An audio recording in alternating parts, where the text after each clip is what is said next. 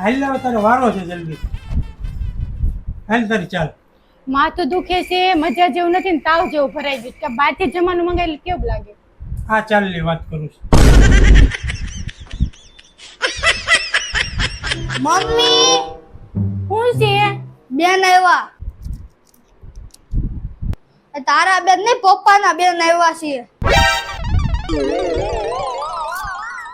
કેમ બેહી ગઈ મને બહુ માથું દુખે છે તમે જો તમારા બેન આવ્યા છે ये भगवान क्या जुलुम है હા હા વાંધો નહીં હા હા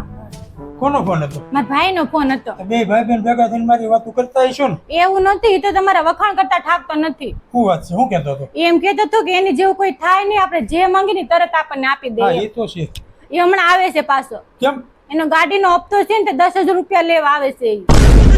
આ આપણી ગાડીના હપ્તા ને ઘટે છે આજે તમારે ગાડીના હપ્તાનું કરું હું એને ના પાડી દઉં ફોન કરી ના ના એને આવવા દે ને કઈક એડજસ્ટ થાય એમ હા હું એને થોડાક વખાણ કરી લઉં ઓય આપણે એવું શું કરીએ તો ભૂખ ન લાગે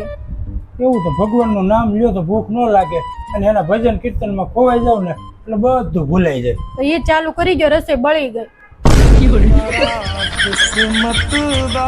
મમ્મી શાક કેને બનાવ્યું છે કારેલાનું હું નહીં ખાવું હોટલમાં ખાઈ લઈ હોટલમાં જાવું છે હાલ તો તારા પપ્પા પાસે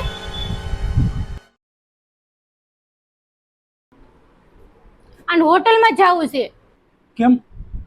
કારેલાનું શાક બનાવ્યું ને એટલે જ્યાં તો ચંપલ લઈ આવી તો નાના પપ્પા રવા દો ખાઈ લઈ કીધું ને એકવાર ચંપલ લઈ આય. હું ખાઈ લઈ કારેલાનું શાક જા તું લઈ આય. મમ્મી રવા દો ખાઈ લઈ અરે મારે હોટલમાં જવું મારે કારેલાનું શાક નથી ખાવું